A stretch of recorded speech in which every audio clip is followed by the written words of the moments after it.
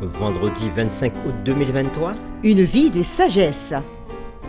nous sommes reconnaissants envers Dieu de nous permettre de partager des moments aussi précieux avec vous sur votre chaîne L'Aventure dans la Parole. Alors qu'une semaine s'achève, nous prions que Dieu bénisse l'influence de sa parole sur nos cœurs, afin que ce que nous avons appris reste gravé dans nos cœurs. Et si les contenus qui vous sont proposés vous font du bien, cela nous fait du bien.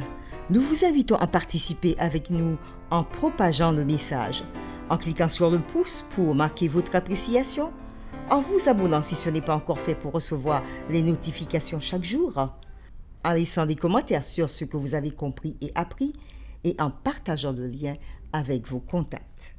Le texte à mémoriser de cette semaine que nous vous invitons à dire avec nous se trouve dans Éphésiens chapitre 5, les versets 15 à 17. Prenez donc garde de vous conduire avec circonspection, non comme des insensés, mais comme des sages. Rachetez le temps, car les jours sont mauvais.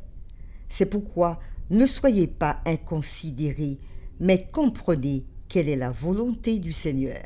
Nous vous invitons à le redire avec nous, Éphésiens chapitre 5, les versets 15 à 17.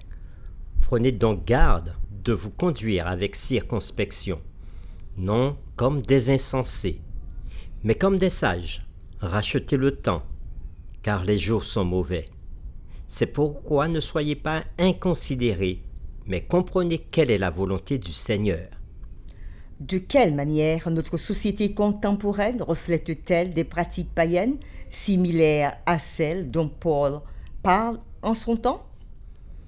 Quelle stratégie les croyants d'aujourd'hui peuvent-ils employer pour examiner ce qui est agréable au Seigneur et pour comprendre quelle est la volonté du Seigneur?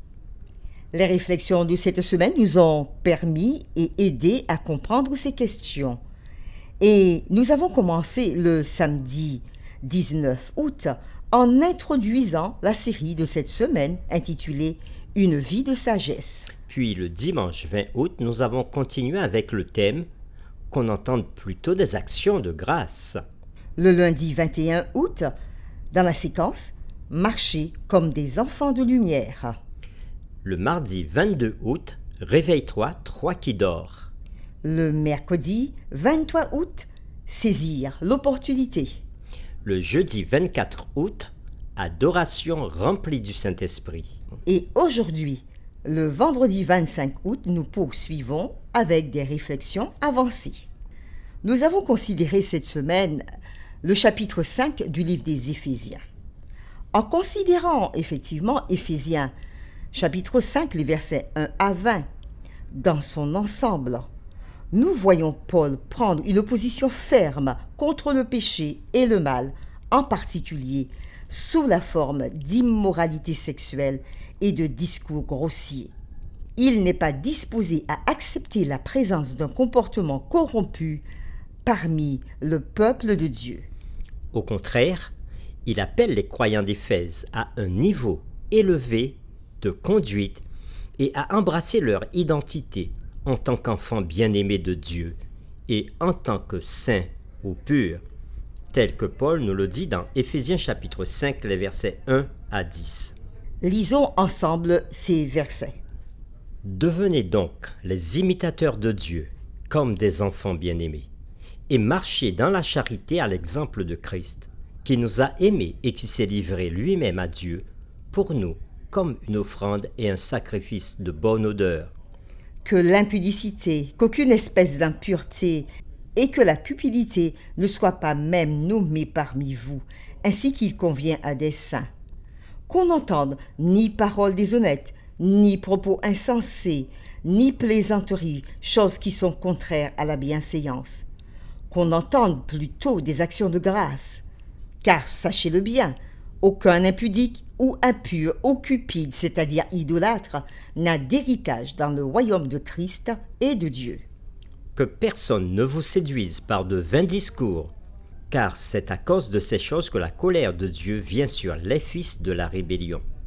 N'ayez donc aucune part avec eux. Autrefois, vous étiez ténèbres, et maintenant, vous êtes lumière dans le Seigneur. Marchez comme des enfants de lumière, car le fruit de la lumière consiste en toutes sortes de bonté, de justice et de vérité. Examinez ce qui est agréable au Seigneur. Fin de la lecture.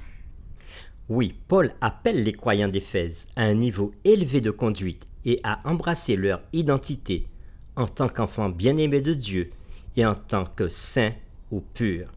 Il ose croire que lorsque les chrétiens de la communauté le font, ils chassent les ténèbres, éloignant leurs voisins des modes de vie autodestructeurs et les amenant dans la grâce et la vérité de Dieu. Tel qu'il le dit dans les versets 11 à 14 au chapitre 5 du livre des Éphésiens. Et ne prenez point part aux œuvres infructueuses des ténèbres, mais plutôt condamnez-les, car il est honteux de dire ce qu'ils font en secret. Mais tout ce qui est condamné est manifesté par la lumière, car tout ce qui est manifesté est lumière. C'est pour cela qu'il est dit « Réveille-toi, toi qui dors, relève-toi d'entre les morts, et Christ t'éclairera. » Fin de la lecture. Paul imagine l'Église comme étant soutenue par un engagement renouvelé à marcher comme des enfants de lumière en attendant le retour de Christ. Motivés par leur statut d'enfants bien-aimés de Dieu et par la mort de Christ pour eux, ils sont remplis de l'esprit, et leur culte commun est caractérisé par l'énergie et la joie alors qu'ils chantent ensemble la louange d'action de grâce à leur Seigneur Jésus-Christ et à Dieu leur Père. Avec un aperçu des réalités célestes, leur foi reste ferme et ils célèbrent leur espérance pour l'avenir, enracinée dans l'histoire de ce que Dieu a fait et accomplira par Jésus-Christ leur Seigneur. Compris de cette façon, le passage devient bien plus qu'un ensemble de commandements déconnectés sur la vie chrétienne.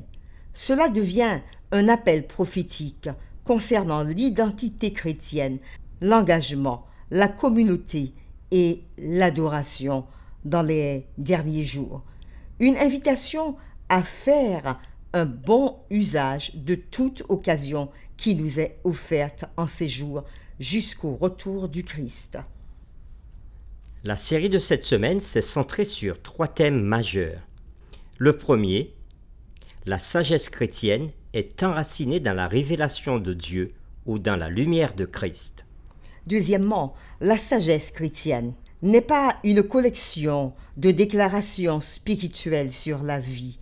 Il s'agit plutôt d'un mode de vie, d'une marche de vie transformée par l'Esprit Saint, selon le modèle qui nous a été laissé en Christ. Le troisième thème, la sagesse chrétienne, concerne le salut et l'adoration. Pour terminer, voici 3 questions que nous vous proposons pour discuter dans votre communauté de foi ou en famille. Premièrement, confronté aujourd'hui à une culture virale qui prêche ses valeurs 24 heures sur 24, 7 jours sur 7, 365 jours sur 365, à travers un éventail de médias méprisants, comment les croyants peuvent-ils adopter les normes élevées de Paul ? Deuxième question, quelle stratégie les croyants d'aujourd'hui peuvent-ils employer pour examiner ce qui est agréable au Seigneur et pour comprendre quelle est la volonté du Seigneur? D'aucuns peuvent soutenir que l'interdiction de Paul du fait même de parler de l'immoralité sexuelle parmi les croyants signifie que nous ne devrions pas traiter des questions de mauvaise conduite et d'abus sexuels. Pourquoi est-ce une conclusion inappropriée?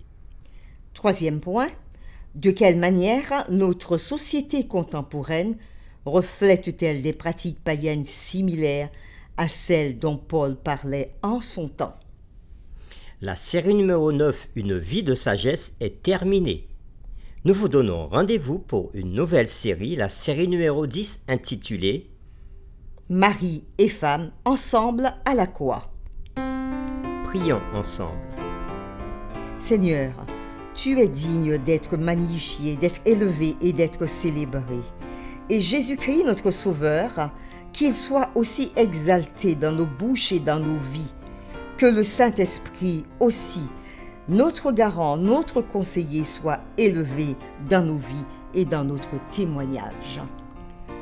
Oui, Seigneur, tu nous as permis tout au long de cette semaine de voir qu'il est important pour nous de dire des paroles d'action de grâce, de marcher comme des enfants de lumière, de nous réveiller du sommeil que nous propose ce monde et de saisir toutes les opportunités pour faire la volonté de Dieu. Tu nous appelles aussi à vivre une adoration remplie du Saint-Esprit. Aide-nous jour après jour à faire ta volonté et à rester fidèles à toi dans ta parole à travers les messages que nous avons appris et entendus. Aide-nous à rester fidèles à toi, nous t'avons prié au nom de Jésus. Amen.